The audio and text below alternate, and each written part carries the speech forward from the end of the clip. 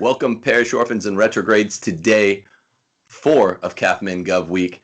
Today I'm here with a couple of friends. I'm going to introduce them in a second, and a special guest, the only doctor on Cathmin Gov Week, Dr. Samuel Gregg, who is the research director of the Acton Institute. For more information on him, you can go to Acton Institute, their website.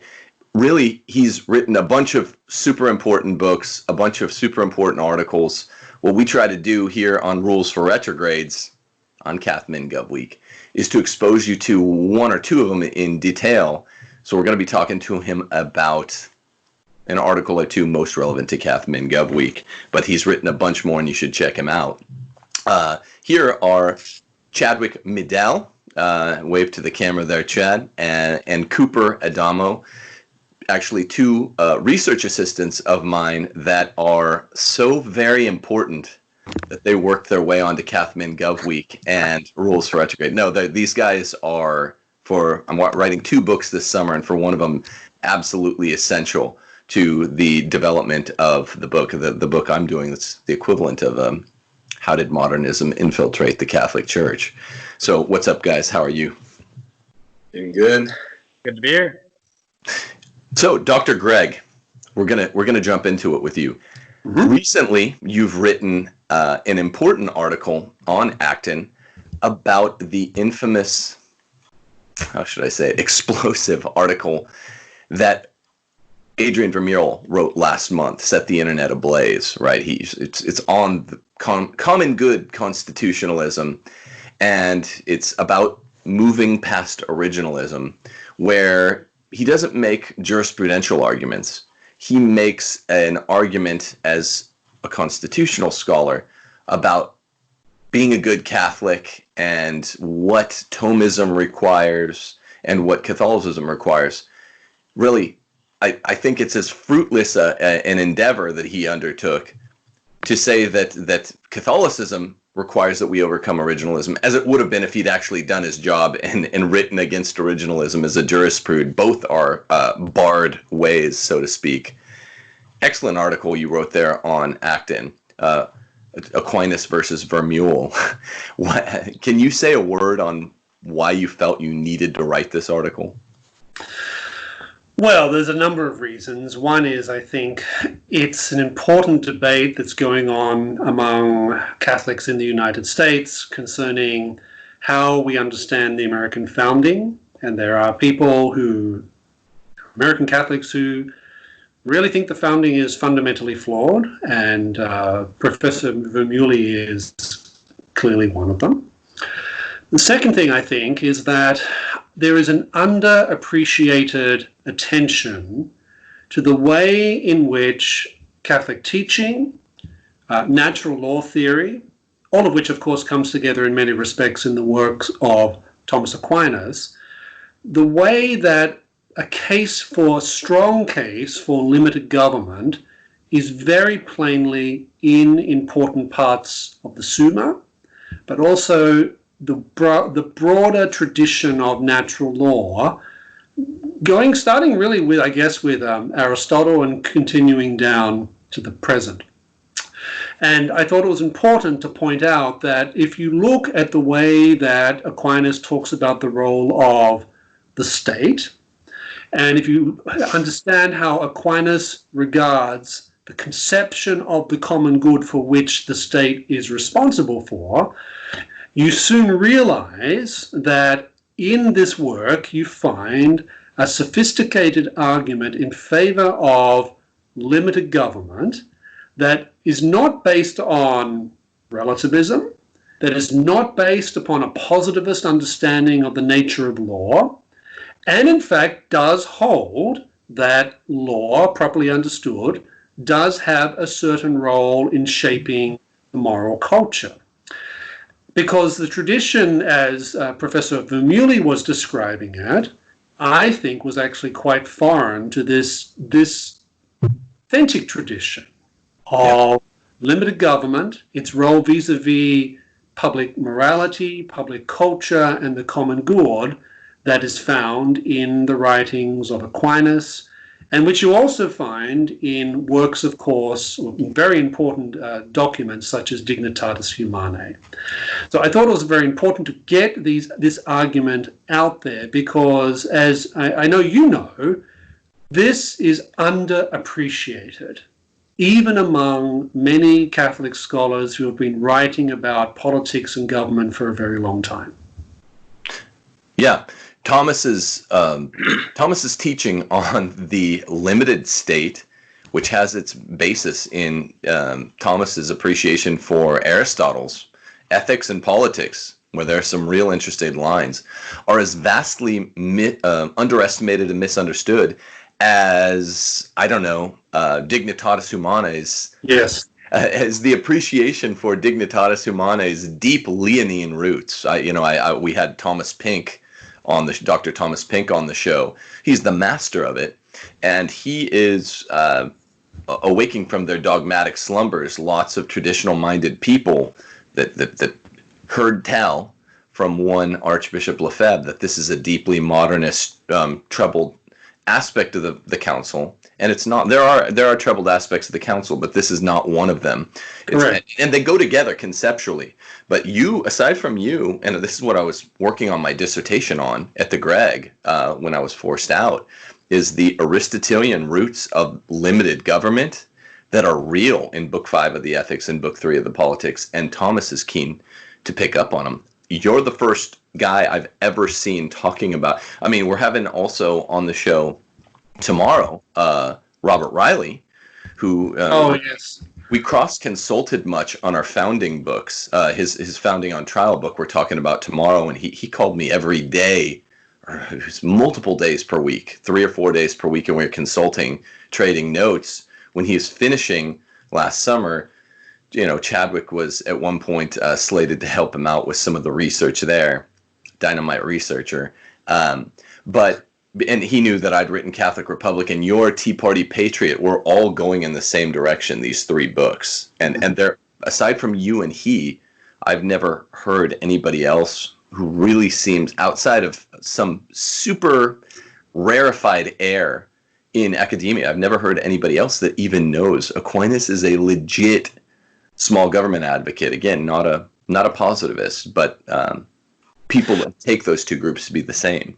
Yes, and the scholar who I think has done considerable work in this area and in the field of natural law, and particularly Aquinas' understanding of how that shapes the nature and limits of government, is Professor John Finnis at the University of Oxford. If you read his book on Aquinas, called Aquinas, Moral, Legal, and Political Theory, published in 1998, he makes a whole case there that the law, the end of law, is of course the common good, but the political common good is the specific responsibility of the state, the government, and the law. And the political common good should not be mistaken for the overall summus bonum to which all of us are directed.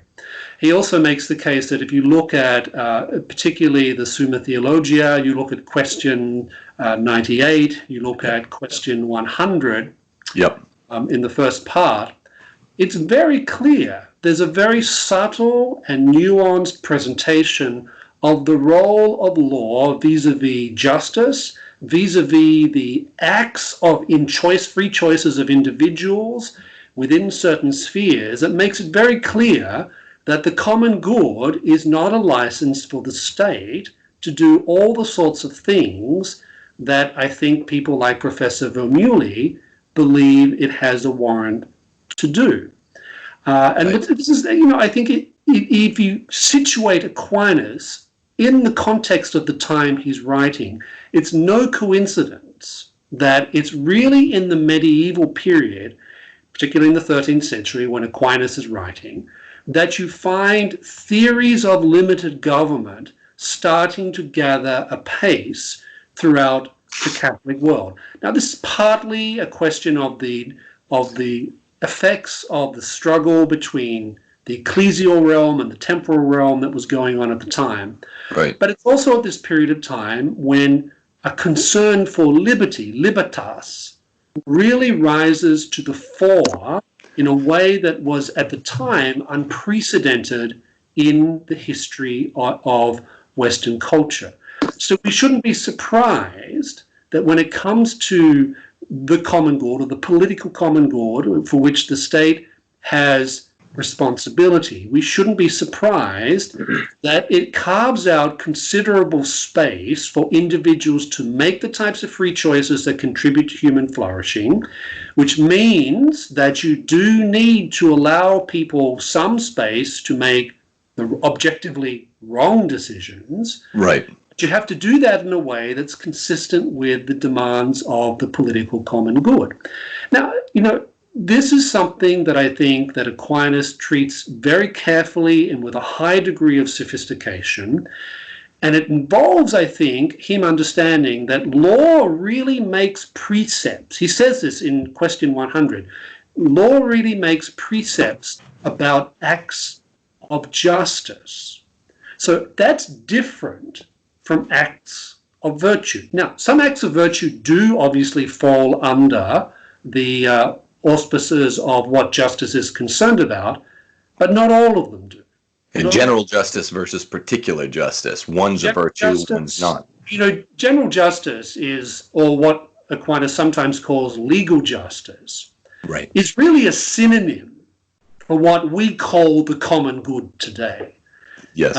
And this is something that's not particularly well understood. And from it, you derive distributive justice, commutative justice, particular justice, etc.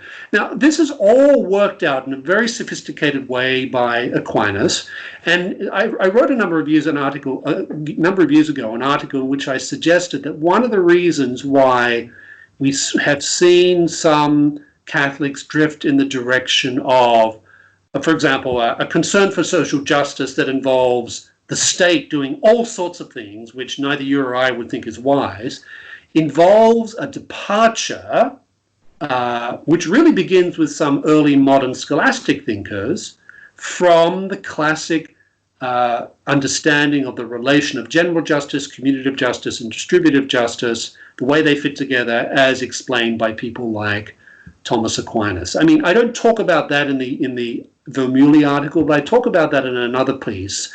And I think this is very, very important when it comes to understanding what natural law says about the ends of government and how those ends themselves produce limits upon what the state can do and cannot do vis-a-vis acts of virtue and acts of vice. Yeah, sure. Can we say it one more time? That Cooper, you look like you want to ask something. Let's just hear it said one more time. You said liberty was emerging as a concern in the 13th century. This is not some Freemasonic Enlightenment ideal that only emerged in the 17th or 18th century. People out there, take a note. Take a mental note at least, okay? Yeah, Cooper, did you? One little comment about that. I think a lot of times people don't realize that today's modern governments are so highly regulated and so big and centralized. This is something very different from the medieval world. Yeah, very, very different from the medieval world. Very, very different from the type of government that emerged in the United States towards the end of the 18th century. Centralization of power in the form of absolute monarchy, which occurred, of course, in both Catholic Europe and Protestant Europe, very much represented a radical break with the medieval consensus on these types of issues. Yeah, and so that one part in Aquinas that you mentioned in your article against Vermeulen, where it essentially says that all virtue shouldn't be mandated and all vice shouldn't be prohibited. What are the implications of that? How does that lead to the idea of limited government? Well, I think a lot of this depends on understanding how it is that human beings flourish. And one of the things that's consistent about Catholic teaching and natural law reflection, and you find this, of course, in the Hebrew scriptures and the Christian scriptures as well, is that you can't flourish. It's impossible to flourish unless you do so under your own volition. So that involves your reason identifying good ends that can be chosen among a variety of good ends that you can choose, identifying what are bad ends, and choosing the good ends, freely willing yourself to obtain those ends, and avoiding evil. So that involves, in other words, the acquisition of virtue, the substance of human flourishing, properly understood, involves the person making the free choice. That's when the flourishing occurs. Just as when you choose something that's the opposite of virtue, you choose vice or you choose a moral evil, what makes you evil is that inner dimension of that choice that you are making. You are literally shaping your character in the process of making that choice, that volition towards that particular end. So what that means is that external forces, be it war, be it politics, be it government, there must be a limit upon what it can ordain concerning what you do. Now, law and government, being concerned for the common good, has to be focused upon questions of justice, questions of these basic elements that help to facilitate human flourishing. So the law does inevitably has a role in shaping people's decisions. But there's a big difference between saying, you may not kill and we are going to punish you if you do kill, as opposed to, for example, we're going to prohibit all forms of lying, right? Because if we did that, we would end up with a totalitarian state and people would not be able to flourish. It would be very difficult for them to make free choices for the good. Not impossible, but it would be much more difficult. This is one thing that Tim and I were talking about yesterday, that this is, law set up the basis for virtue, but it still requires that active volition on the individual person. It's akin to, you can lead a horse to water, but you can't make him drink. Yeah, which is why I just want to say this, because I'm sure it will move on in a second. For Aquinas, it's not just as if he's unwillingly uttering some small government platitudes because of the forces of pragmatism kind of force him to. In principle, he's saying this. He is an Aristotelian, and the rigorous systematic nature of Aristotle, where there's really a 4-part structure on the way to true virtue, it's required by that. You start in true vice, where you don't know the right thing to do in your intellect, so you don't do it. You do the vice, and you're not pained by doing the pure vice at all because it's utter ignorance. At the next level, once you see one of your friends doing the right thing and you have intellectual knowledge, I'm doing the wrong thing now. Thomas calls this incontinence. I'm still going to do the wrong thing, but I'm sort of pained by it now. That's incontinence. Then at some level, maybe you see your friend do it a few more times. The pain is growing and continuing to dally in vice until there's a dotted line in the sand and you try. I'm going to try that once. I'm going to try giving my $5 to the poor or whatever. Try engaging the virtue of liberty. And so you cross the dotted line from incontinence into continence, where you do the right thing, but now it pains you. Before you weren't doing it and it pained you. Now you're doing the right thing and it pains you. You do that, and through habit, you're habituating your will, where the virtue is passing from being in your intellect to where your character actually is. When you have good character, it resides in the will. You do it enough times in the realm of continence, and slowly, eventually, you will get to what he calls true virtue, where you do the right thing for the right reason, at the right time, in the right way. Even wrong motivations, even though they're internal, they can be like Dr. Greg, what you're talking about, one of the wrong external forces causing you to act, even the wrong motivation. And you'll experience pleasure if it's the result of true virtue versus continence. The reason this is so important, that Aristotle trains himself by thinking the thought to its logical conclusion. He trains himself between book 1, book 2 of the Nicomachean Ethics. In book 5, where all of a sudden he announces that there's sometimes a difference between a good man and a good citizen, which is really, I'd say, the ground for Aquinas getting this early lesson in liberty as well. By the time he does that, he's realizing, Aristotle, hey, yeah, a law can only get me to continence at most. It can only get me on the path, but it has to be freely chosen.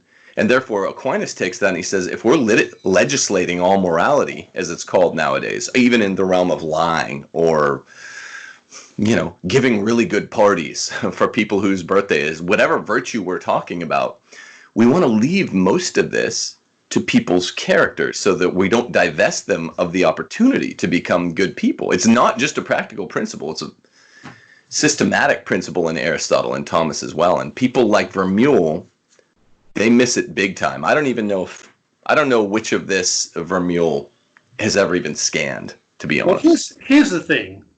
I think that when we think about questions of law and morality, people tend to lurch today in one of two directions. They either go towards the notion, they see something that's wrong, that's clearly wrong, people behaving badly, whatever it is, and they say there ought to be a law against that. Yes. On the other hand, there's another set of people whose ingrained response to any question about law and morality is they just say, well, you can't legislate morality. End of discussion. Now, the both of those positions are wrong, right? Because the free choice to lie is always wrong, but we don't legally prohibit all acts of lying. We prohibit some, which involve grave violations of justice, like perjury or lying about a contract or whatever it is, but we don't punish them all. And when you look at the other one, the people who say, well, you can't legislate morality, well, every law, all morality has an underlying moral dimension. Even something like traffic laws, right? Traffic laws have an underlying moral logic to them because the end of traffic laws is not just the coordinated movement of traffic. It's to make sure that people don't get killed while they're driving. And there's a coordination action that goes on through traffic laws that allows different people at different times to pursue different legitimate ends in ways that no central planner could possibly come up with, right? So that's the two poles in which so much debate, both in not just some parts of the Catholic world, but even more broadly in the wider world outside the Catholic Church. That's how these things break down. And Aquinas is presenting a very, very different position. And it doesn't fit well into either of those categories, precisely because it involves a particular understanding of the political common good. It involves a particular understanding of how human beings become good or become evil, and the mechanisms of human action that lead people in one direction rather than another. So even in the Catholic world, I think, this is just not well understood because it requires a very careful reading of important parts of the Summa, which I think are often skipped over unnecessarily. Yeah, I was speaking to Stephanie Slade yesterday, our Wednesday guest on Cathmin.Gov Week, and she's great guest. She didn't seem to know what to say when I was like, look, because she's the only minarchist who advocates such small government that she actually outright calls herself a libertarian. No one else, including myself, on the show this week would go that far. I said, look, we have imperium in imperio. That's what federalism is. It's an empire within an empire. It's a Magna Carta concept. We have federalism. The state legislatures are supposed to be muscular. The national legislature, the Congress, is supposed to be not muscular. And the very Catholic principle of subsidiarity declares that between these two levels of government, the local one, the state government, should be the one that holds all of the what we call police power. And this is why Slade didn't like this, because there are big states that are bigger than many European countries. That's a good point. I agree with her there. And so that's not subsidiarian enough if we say, well, Texas state legislature, that represents localism. No, Texas is huge. So it probably needs to be cut up more. I agree there. But the general point that people miss is it's a great Catholic justification for being a conservative at the state level, where the state legislature is supposed to be legislating morality, the 10th Amendment. This Catholicism is so hardwired into the U.S. Constitution. The 10th Amendment, my favorite amendment, it contains something called the police power of the state, the ability to regulate health, safety, welfare. Morals is the famous one in constitutional law, and security, health, safety, welfare, morals, security. I'm a straight up conservative at the local level, and it works better in smaller states. At the federal level, yeah, I'd call myself something like a congressional libertarian, because I don't want them doing anything other than, the very biggest powers that require the least capability and the least proximity to govern. But you mentioned subsidiarity. One of the things that's important in this discussion when it comes to law and morality and the way Catholicism understands this is that the principle of subsidiarity also tells us that there are important institutions and communities that have a major role to play in shaping people's moral character before you even begin to get to the level of the state or government or law, right? So most moral formation of individuals occurs within the family. Then you have other forms of association, ranging from schools to churches, etc., which also play a role in this important work of moral formation. And the state and law, it plays a subsidiary role to those things. So it backs these things up, but it's not the first place you look when you're coming to trying to deal with problems ranging from, pornography or any other number of social evils, right? And this is something that I think is missing from Professor Vermeule's analysis. If you read his article, he talks about subsidiarity, the function of subsidium and all that. But for him, it's a top-down process. Yeah. I think if you read his article, that's very clear. It's not a bottom-up process. The state is driving particular institutions and communities in a particular way, rather than the state playing a type of subsidiary role to those institutions and communities as they perform these functions. Now, my guess is he would probably argue that the state of moral culture in the West in general is so bad that expecting the family and other communities to take a lead role in this is a mistake. Well, on one level, I have some sympathy for that position, because it's very true that moral culture is in a disastrous state. But it is also true that the state, the government, and the law are really blunt instruments for trying to resolve some of these problems, which often reflect deep moral and spiritual traumas and errors and sin that do not fall immediately under the auspices of justice with which the political common good and therefore the state is concerned with. So even when you think about it that way, you start to realize that the type of project being pursued by Professor Vermeule, in which he really seems to want a very strong executive, a very strong administrative state that goes along with that. He says that very explicitly. And judiciary. And judiciary, right? A very activist judiciary. And of course, I would also argue that natural law also tells us that there are strong limits upon what the judiciary may do. Aristotle says it. Yeah. Right. And I think if you understand what Aquinas calls the function of determinatio, which is how different states work out the proper responsibilities of different branches of government, you realize that the notion that this automatically turns into the judiciary playing the type of role that Professor Vermeule thinks it should is highly problematic for justice, from law and justice. Yeah, becomes a justice right on that. So Dr. Greg, on that point, you're talking about moral formation, how it has to be connected with subsidiarity. I think one aspect that's frequently neglected by a lot of these common good conservatives who happen to be Catholic is they actually don't look at the Catholic Church, the present state of it today. Because, right, so I remember in the debate with David French and Sohrab Ahmari about Drag Queen Story Hour, David French posed the question, well, what would you do about it, Sohrab? And he said, oh, we'd hold a federal hearing in the Senate Judiciary Committee on Drag Queen Story Hour. And I just don't know what that's going to do.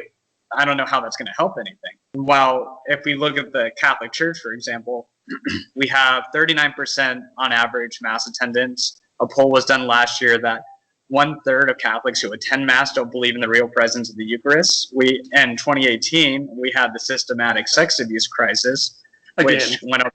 Yeah, so that was, that rocked the world.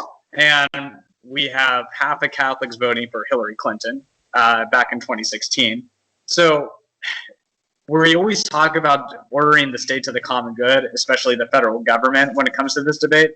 But it seems like the Catholic Church really isn't even ordered to the common good, largely. Well, I'm very glad you've raised that question, because when I'm debating people who adopt the same positions as Professor Vulmuli, or for that matter, the position of people like Professor Patrick Deneen and others, one of the things I point out is that part of the reason we find ourselves, the West finds itself in such a mess, has a lot less to do with the state not doing things. It has a much more to do, I think, with the central pillar, maybe even the central pillar of that civilization, manifestly failing to do its fundamental job for, let's say, the last 60 years, right? Yep. Right. So we have, instead of religious organizations, this is not just to the Catholic world, you find this in the Protestant world, in the Jewish world, in parts of the Orthodox world, you have large numbers of religious believers whose religion is not actually Orthodox religion, it's sentimental humanitarianism. And this translates into political utopianism, it translates into social justice activism that's virtually indistinguishable from that of which we find pursued by modern liberals and people who are generally on the left. We also have the case that the church has manifestly, and its leaders in many cases, have manifestly failed to form families in the truths of the Catholic faith. In many cases, we've discovered that they are men with feet of clay. Now, that's not new. That's always been a problem in the church, right? But the notion that we should be turning to people like Theodore McCarrick for advice on how to raise children, let alone asking them for their thoughts about what percentage of GDP should be controlled by the state, is bound to strike a lot of people, including many Orthodox Catholics, as utterly fanciful. So if you want to understand some of the traumas, I think, that the West finds itself in, I think a lot of it goes back to some of the traumas experienced by the Catholic Church over the past 60 years. Now, that is not an argument against Vatican II. That is not an argument against the documents of Vatican II or anything like that. But it is a point which I have noticed people like Professor Vulmuli don't talk about. Yeah, he tends to have a more positive view of this pontificate, if anything, which is kind of interesting, if I may say so myself. And Catholicism is essential to strong families, and strong families are essential to strong local communities, right? And they seem to put a lot of the blame on the free market, and free trade is destroying local communities, but I don't think free trade is keeping Catholics from going to Mass on Sunday, particularly. No, and are we to assume that it's markets that have produced such high divorce rates? Are we to assume that it's the market economy that has been responsible for Drag Queen Hour at the local children's library.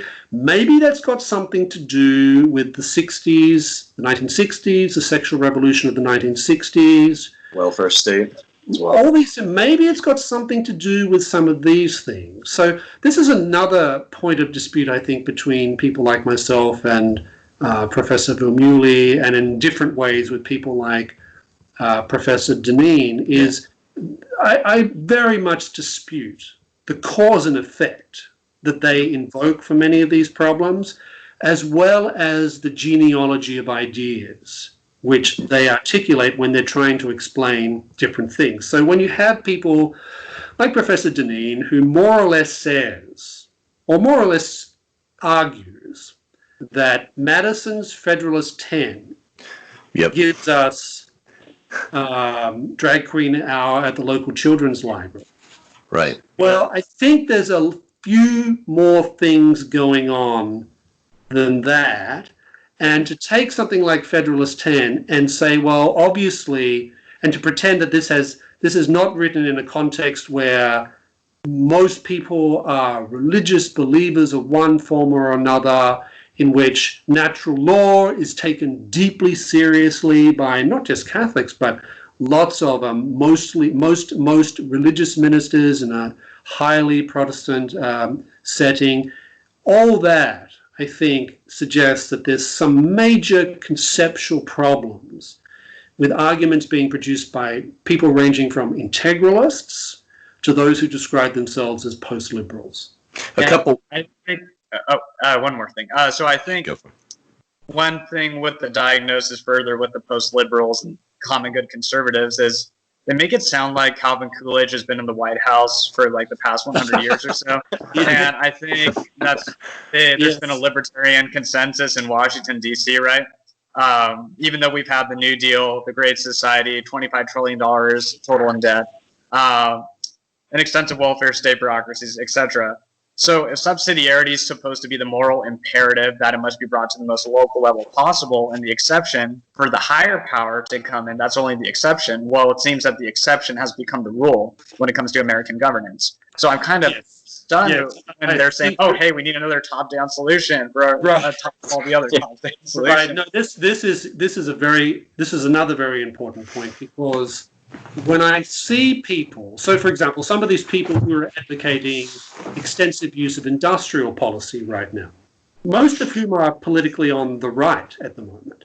Yeah. And the assumption is that somehow America has been living in this sort of libertarian free market world since about, 1980 or something like that. Yeah. Well, no serious economist or anyone who spent time studying the American economy is going to say that that is an accurate description of the American economy. The economist Russ Roberts, who I like a great deal, he recently wrote an article just outlining things like growth in federal spending, growth in regulation, things like the amount of subsidies that go to people, that go to particular businesses. And it makes you want to say, you really think we've been living in this sort of free market, Milton Friedman-like world for the past 40 years? That simply isn't true. Empirically, it's just not true. So if you complain about what they often call liberalism, at least have some of your facts correct, because the arguments that these sort of throwaway lines that you find, they do it all the time. A classic one is market fundamentalism has reigned on the right for the past 40 years. Really? Yeah. Where? Yeah. Well, a lot of right-wingers are saying this. They're saying, hey, man, I'm not a market dogmatist like all the other peers who are pressuring me. It's like, what are you talking about? I don't know any. There's no market dogma. They abandoned the market dogma, shortly after like the time of the council. Bush Sr. killed Reaganomics in its tracks. If you study the history, and even if you look at Ronald Reagan's record, I'm a great admirer of Reagan, but to think that that somehow a market revolution swept through the United States between 1981 and 1989, again, I mean, he did some very important things, very good things that I think shifted a number of key policies in the right direction, which would not have happened under some other conservative political leaders. In fact, most political leaders, it would not have happened under. But to say that he produced a free market revolution, really? Yeah. Before, So what would you say to the accusation? You kind of see this from American Compass and Oren Cass, that for us to preserve localism, we need a top-down economic approach. We need to we have to put tariffs on all the other nations. We need to bring all the industry back. Top-down approaches prevent us from using top-down approaches, I guess. Isn't Oh, well, there's so many things I could say. I have been debating some of these people for the past 5 years, so I'm very familiar with most of these claims. And the thing I would say, first of all, is that industrial policy, which is what they're advocating, right? If you read their work, that's basically what they're advocating. And by industrial policy, I don't mean a command economy. What I mean is targeted, selective interventions of the state to either bolster or spur particular economic sectors in particular parts of the country, or to protect particular economic sectors in particular parts of the country, and with even down to the level of certain demographics. If you look at, again, the empirical evidence that's been done by economists from all sorts of different positions into the track record of these types of policies, what do you see? They fail, they fail, they fail, they fail. Whether it's Argentina, whether it's France, whether it's Japan. Remember, Japan was considered the exemplar of these types of policies. And yet, Japan's own finance ministry in 2002 said the Japanese model, which means industrial policy applied widely across the economy, has not been the reason for Japan's relative success. It is actually the cause of our failure. And the result of that failure was 20 years of economic stagnation. 20 years. The second thing I say is that some of these policies, things like tariffs, for example. Okay, you'll hurt some of your foreign competitors, but you'll also make goods and services more expensive for Americans. You'll also introduce and incentivize businesses in America to behave in ways that are not even in accordance with their own comparative advantage. In other words, tariffs, subsidies, industrial policies, they breed all sorts of economic inefficiencies. So while, I don't know, China or whoever, they raise tariffs against us or whatever, fine. Okay, that's going to hurt some parts of the United States, but us doing that to them is only going to exacerbate the problem. So it seems to me that the response is to say that their solutions actually make some of the problems they're trying to address far worse. They introduce more distortions into the smooth workings of markets. They consistently refuse to talk about the cronyism that is part and parcel and inevitable with things like tariffs, with things like subsidies, with things like industrial policy. I have posed the cronyism question to economic nationalists, some of whom are very serious Catholics. And in my experience, they basically refuse to address the problem. They refuse to acknowledge it. They basically won't talk about it, which tells me that my critique is correct. Because if it wasn't, if they had some way of coming back and saying, no, industrial policy doesn't necessarily lead to cronyism, they would say so. But it does. So they don't say. So they. Another instance of that cronyism is, Oren Cass with American Compass said that, there's a libertarian orthodoxy, free market fundamentalism in Washington. But what I've been noticing is that they only look at the slogans, the lip service. They see that people make profit, therefore it's free market. But when we see with regards to bailouts of like so many different companies and banks, is that they're privatizing winnings and socializing losses, which is totally not free market. It's also what industrial policy does. Yeah. Bailout is an example of industrial policy. You're trying to support an industry, even promote an industry that wouldn't otherwise be able to continue the way it was if you let it fail. So, I think a lot of what I find with many of the advocates of industrial policy are two things. One is, as you said, these sort of very broad slogans.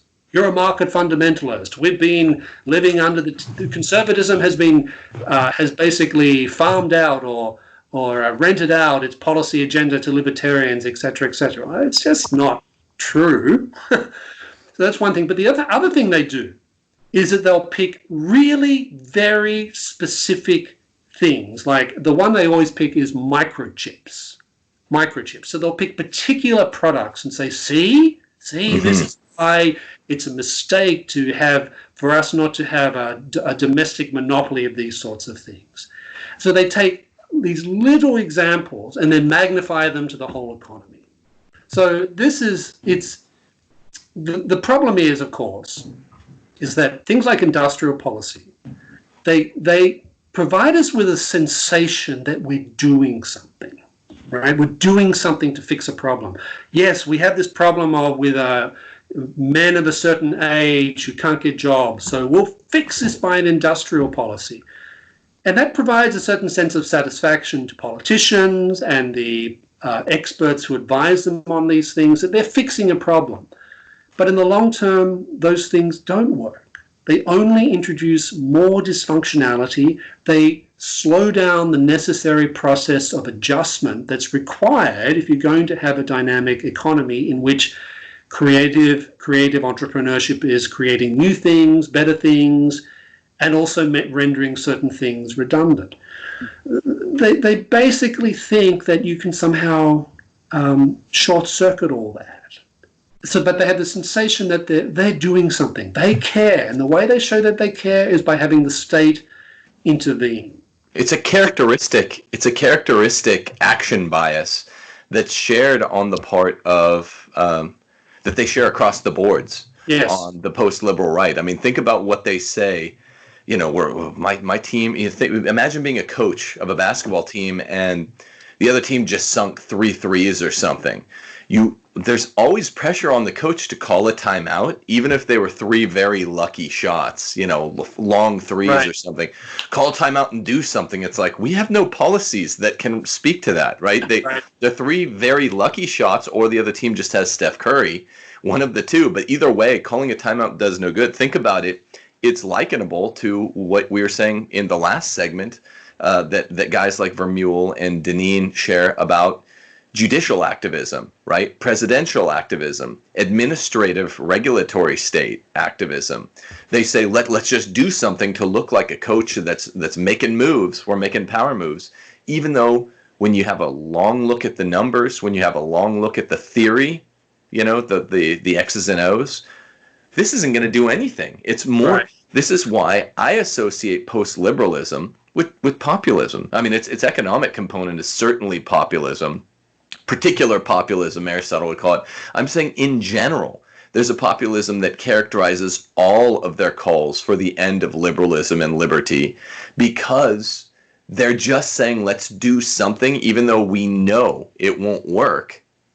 Let's take some action. They say liberalism is a poison pill. I had this debate last summer in person on a podcast with Dr. Deneen about liberalism, his book versus my book.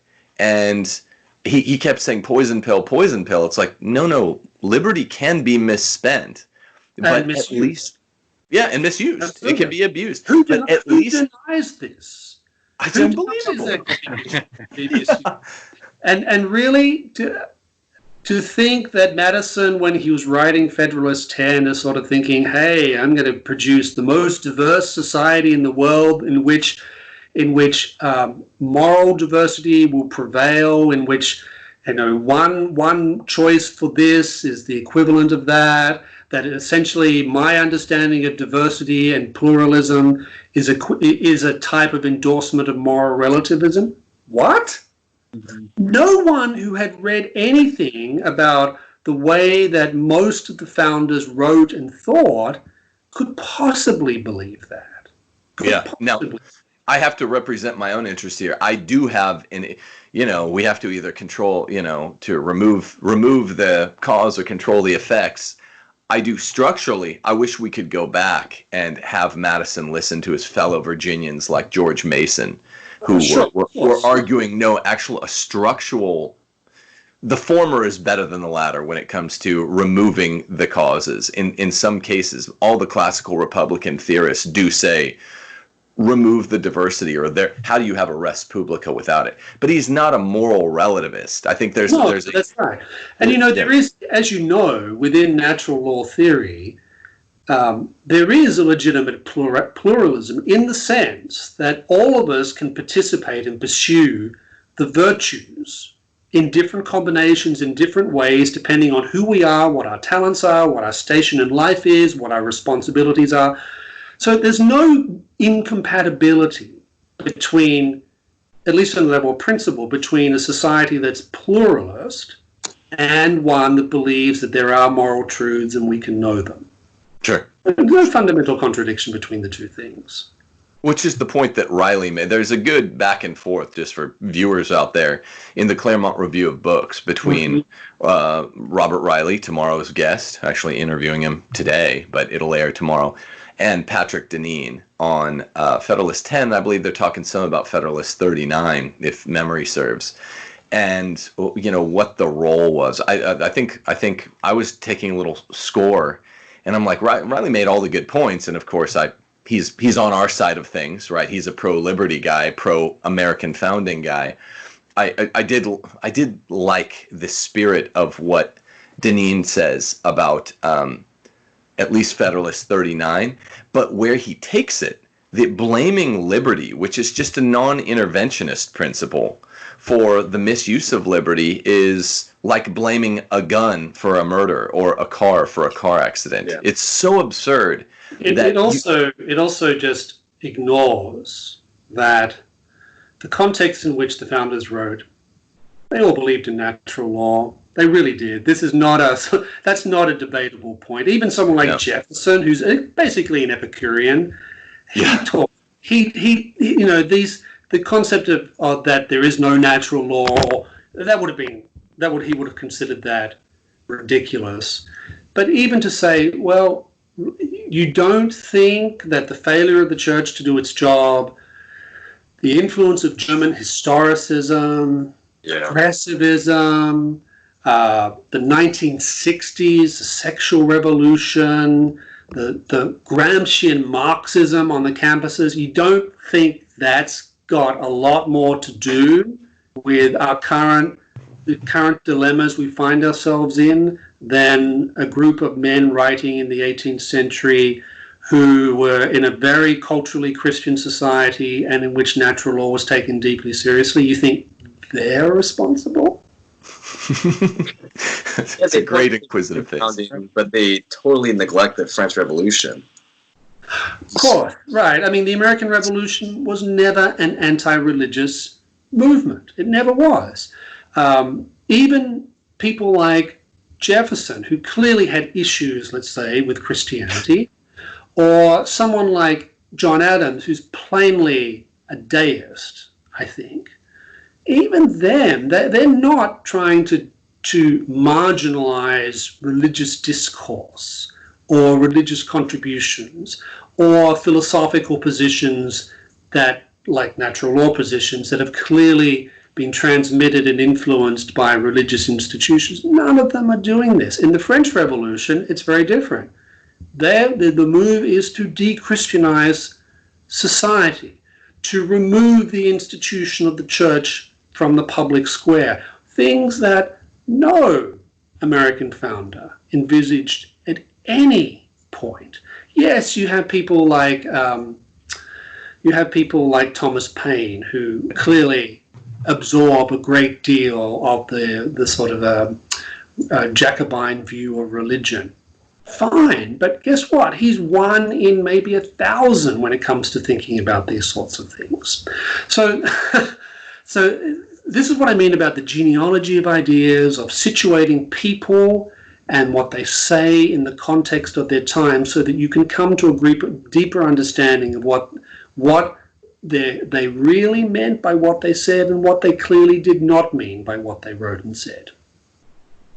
Yeah. There's a smoking gun that I like to point this out to the post-liberal, integralist, populist, whatever you want to call them, in the First Amendment that is authored by Madison himself.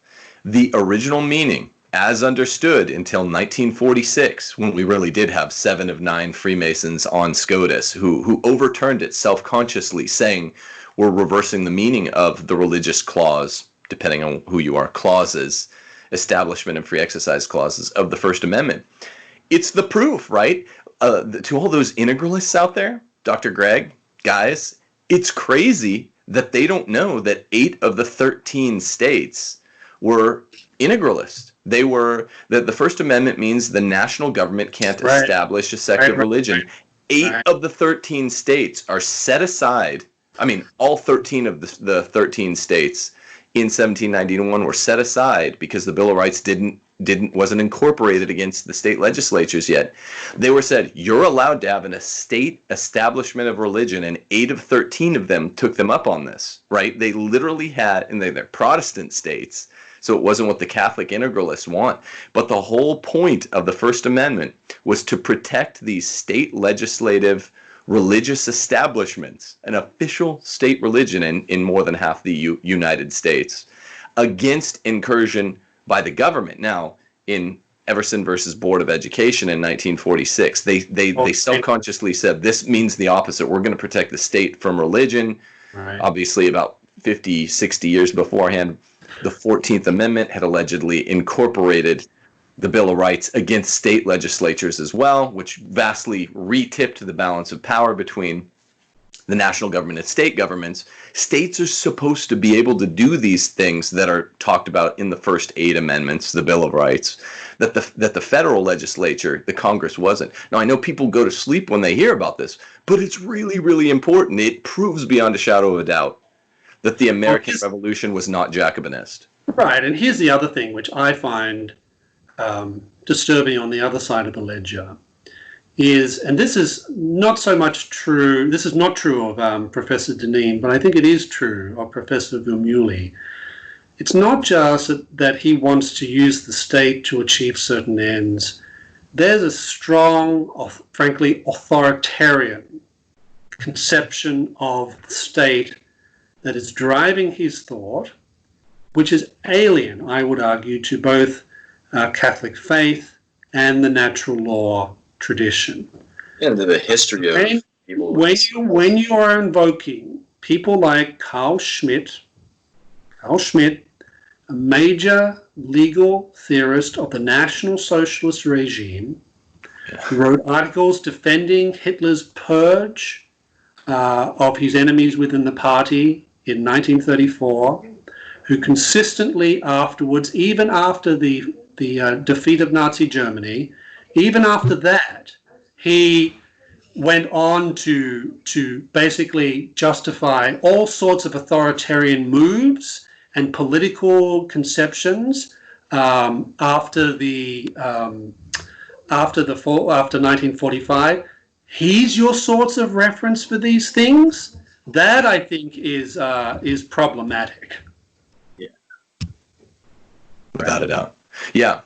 So the guys wanted to ask you about something that all 4 of us are harangued by day in and day out, and it's back on the economic theory. I kind of wanted to open with it and get it out of the way because it's such a false flag, red herring, out of left field attack on liberalism, more specifically free markets. But I guess we'll close on it because we're about out of time here. But you're the guy to ask, Dr. Greg. If I'm asked any of the questions we've talked about here, it's like, good, put me in, coach. I'll go do it. I'll defend the American founding. I'll defend the natural law. I'll defend it. tooth and claw, but root and branch. But the point is, economically, we're beset by Catholic populists, post-liberals, who make arguments that are systematic, and they do have the tincture of authority. I think it's Benedict the 15th. 30. Yes. So usury. It doesn't even interest me because it's so averse to reason, and you just figure, okay, if Benedict the 15th mentions usury as an inherent wrong, or which it is, but any interest is usury, and that's an inherent wrong. I know that's contrary to reason, and it's an anachronistic usage of terms. But can you? I don't know. The guys wanted to ask you some questions. Oh, sure. You're the man.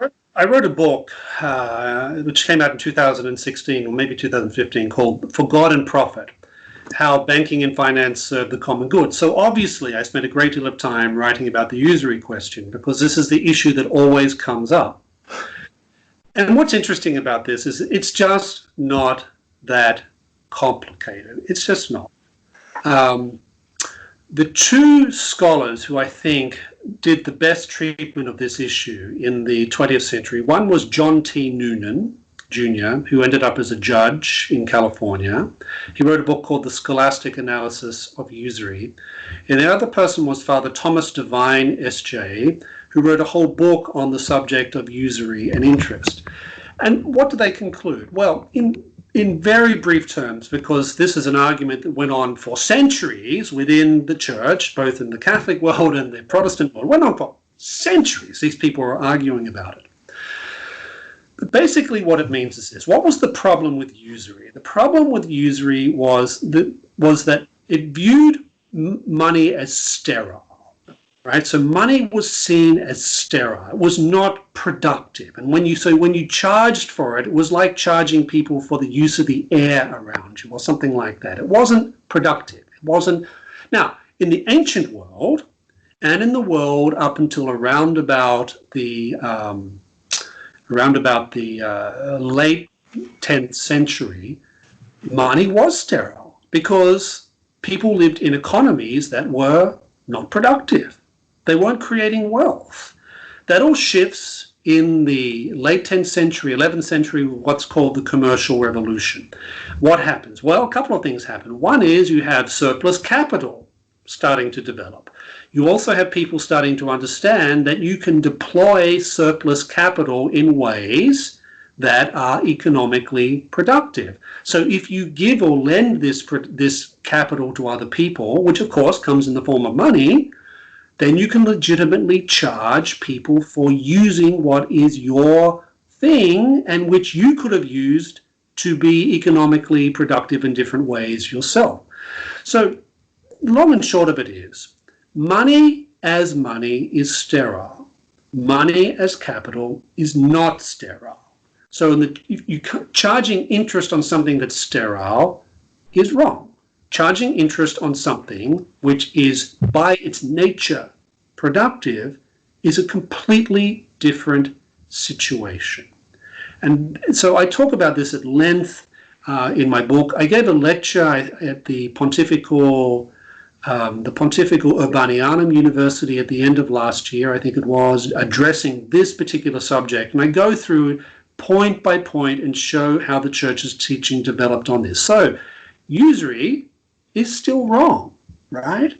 But not every act of lending money is usury. Not every charging of interest is usury. This is well established in Catholic teaching.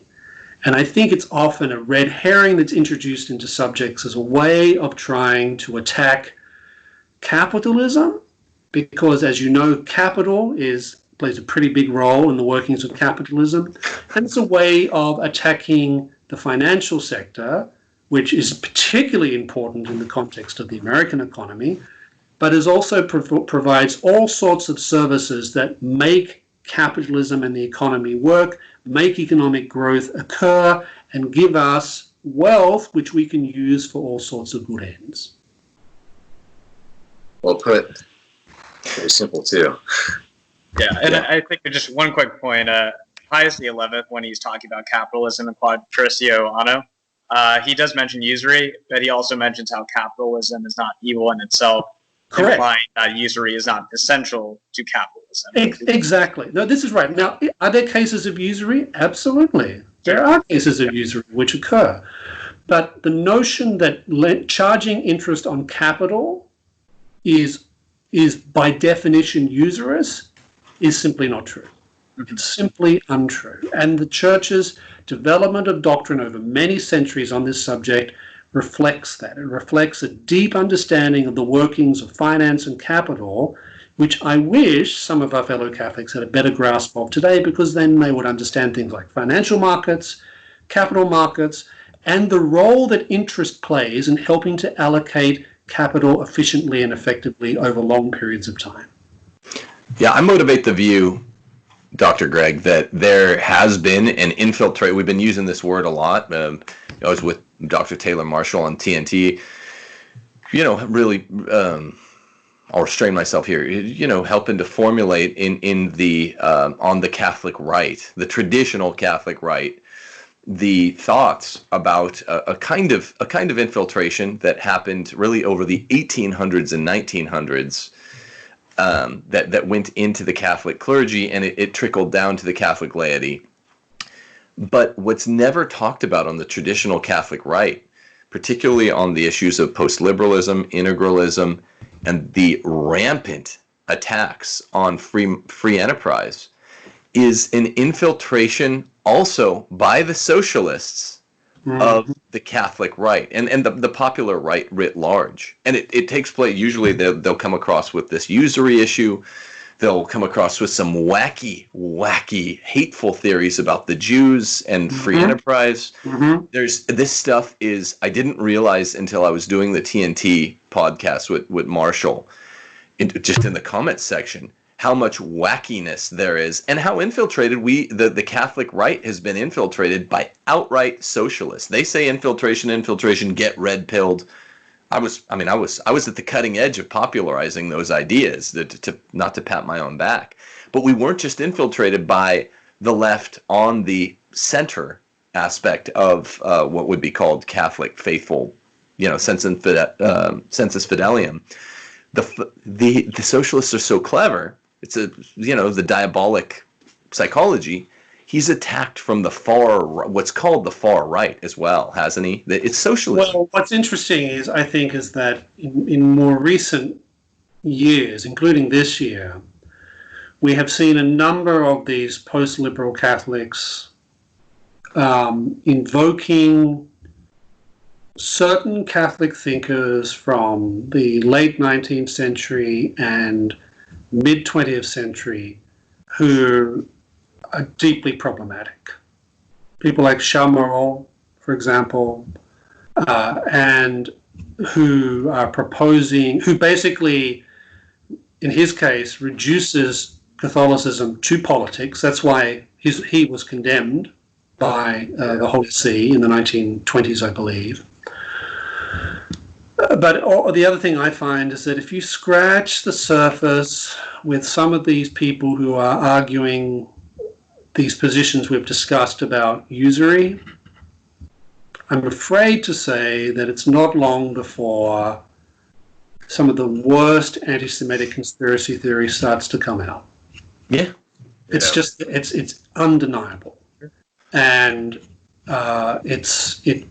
the sort of myths about Jews and money, Jews and capitalism, the way that almost the sort of blood-sucking language, this type of thing, very disturbing. It's probably not a happy note to end on, but that's true.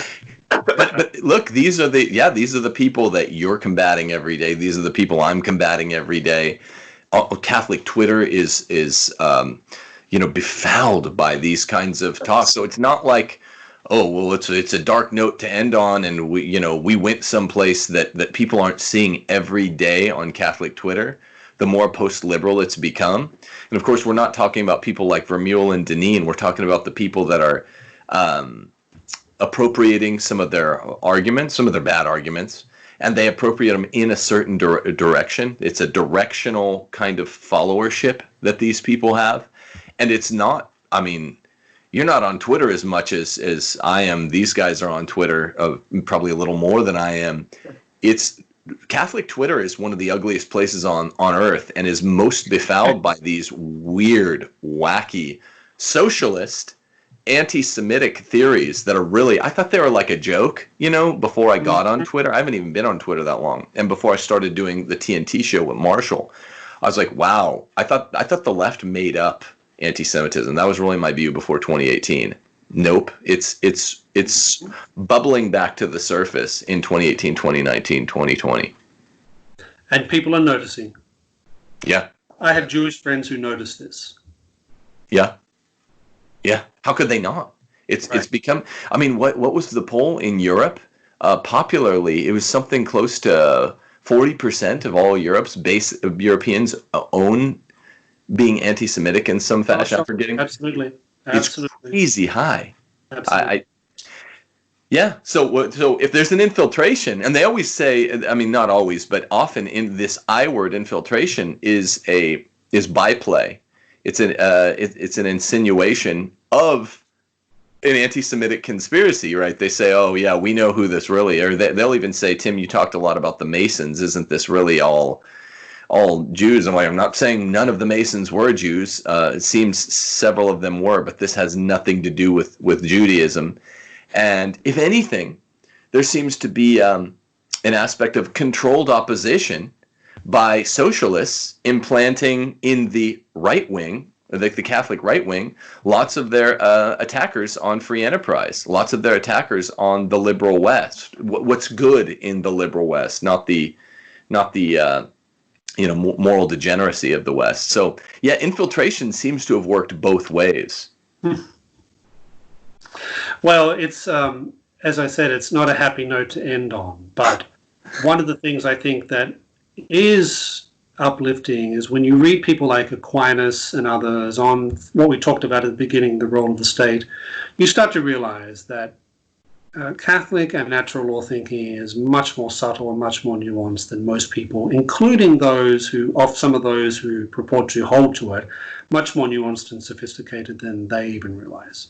Amen. Well, we hey, it's Cath Min Gov week, day 4. This was really, we're hitting the nail most squarely on the head when we talk about, look, the Aristotelian tradition that culminates with Thomas Aquinas. And we didn't even mention, we had Dr. Greg on, didn't even mention the Salamanca school. It's best to just go straight to the source, Aquinas.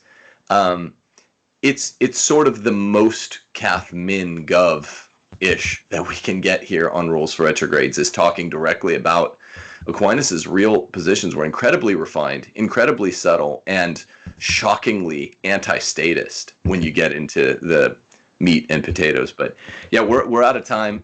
We really appreciate your time, and I'll look forward to airing this and see some of the blowback we get.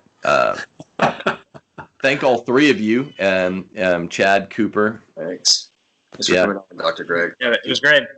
Chad, how did you were podcasting from the forest? I wonder where you're getting a Wi-Fi signal. That's remarkable. I just want to get into my noble savage mode right now and everything. So, yeah. Tap into your Rousseauvian. Yeah, that's what all of us need to do in COVID-19. We all back to nature, bro. Definitely. Cool. All right. Well, thank you guys very much. And tomorrow, Robert Riley, and Saturday we have a surprise guest. I'm still not saying who it is. Look at me. Thursday, and I'm still not saying who the Saturday guest is. Thank you guys very much. Have a great day.